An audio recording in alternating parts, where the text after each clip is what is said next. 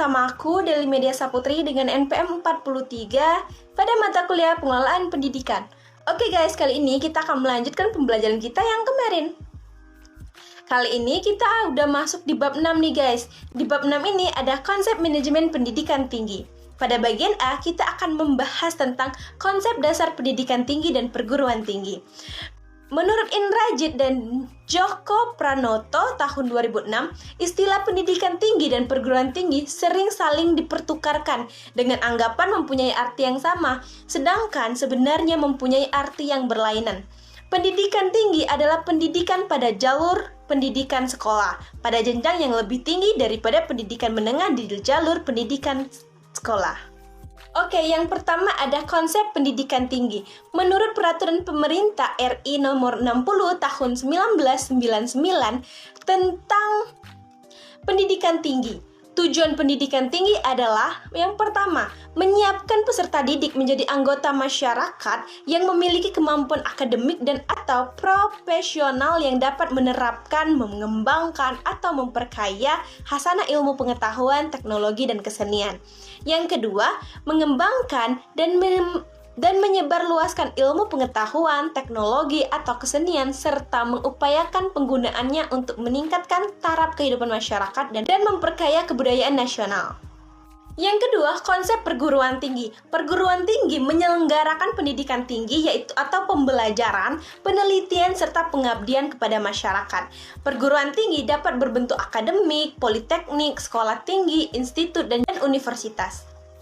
Pengertian dari masing-masing satuan pendidikan tersebut adalah sebagai berikut. Akademi menyelenggarakan program pendidikan profesional atau satu cabang atau sebagian cabang ilmu pengetahuan, teknologi, dan kesenian tertentu. Sedangkan politeknik menyelenggarakan program pendidikan profesional pada beberapa bidang pengetahuan khusus atau perguruan tinggi yang menyelenggarakan pendidikan vokasi. Sedangkan sekolah tinggi yaitu menyelenggarakan program pendidikan akademik dan atau profesional dalam lingkup satu disiplin ilmu tertentu. Lalu ada institut. Institut yaitu menyelenggarakan program pendidikan akademik atau profesional dalam sekelompok disiplin ilmu pengetahuan, teknologi, dan atau kesenian. Lalu yang terakhir ada universitas, menyelenggarakan program pendidikan akademik dan atau profesional dalam beberapa disiplin ilmu pengetahuan, teknologi, dan kesenian tertentu. Oke, selanjutnya pada bagian B, penyelenggaraan pendidikan tinggi. Pedoman pengelolaan perguruan tinggi terdiri atas dua, yaitu yang pertama, yuridis atau hukum dan perundang-undangan yang terdiri atas UU nomor 20 tahun 2003 tentang Sisdiknas dan UU nomor 12 tahun 2012 tentang Dikti, PP nomor 4 tahun 2014 serta Permendikti. Yang kedua, teori-teori dan ilmu pengetahuan berupa buku dan karya ilmiah atau jurnal hasil penelitian.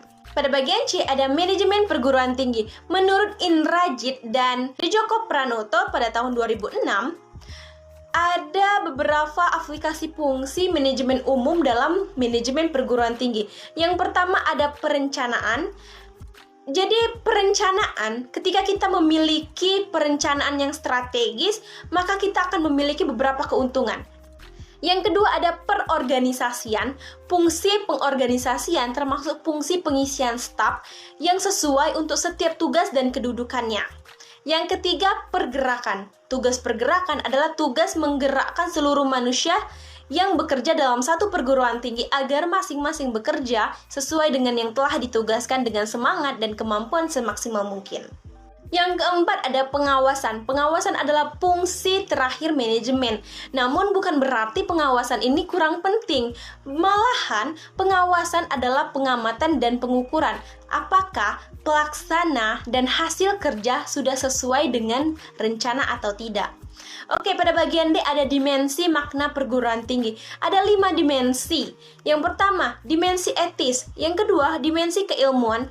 Yang ketiga, dimensi pendidikan. Yang keempat, dimensi sosial. Dan yang kelima, dimensi korporasi. Bagian E ada perguruan tinggi dan tantangan globalisasi. Globalisasi berpengaruh pada semua tingkah laku manusia dan berdampak dalam tingkatan berbeda pada budaya, masyarakat, dan manusia. Ada 4 aspek globalisasi yaitu perdagangan, pergerakan modal, pergerakan orang, serta penyebaran ilmu pengetahuan dan teknologi. Menurut Atkinson, Menurut Atkinson, tahun 2011, globalisasi bagi perguruan tinggi merupakan kekuatan yang mengubah perguruan tinggi dari suatu institusi yang memonopoli ilmu pengetahuan menjadi suatu lembaga dari antara sekian jenis organisasi yang menyediakan informasi dan dari suatu institusi yang selalu dibatasi oleh waktu dan geografi menjadi sesuatu lembaga tanpa batasan.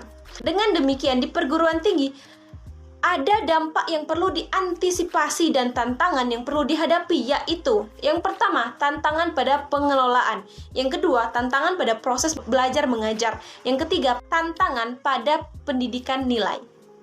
Oke guys, segitu dulu nih materi yang ada di bab 6. Terima kasih udah nonton dan jangan lupa like, comment, dan subscribe guys. Thank you, love you all. Dadah!